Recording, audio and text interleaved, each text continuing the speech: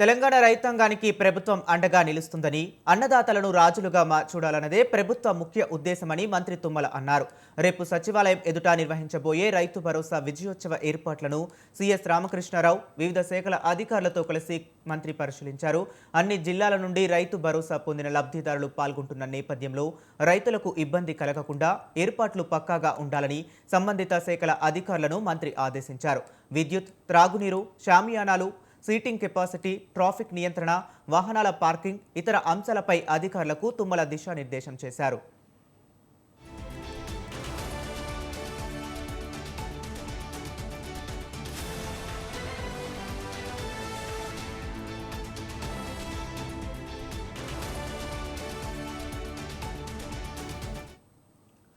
9 రోజులుగా 9,000 కోట్ల రూపాయలు అన్నదాతల ఖాతాలో జమ చేసినట్లు మంత్రి తుమ్మల స్పష్టం చేశారు.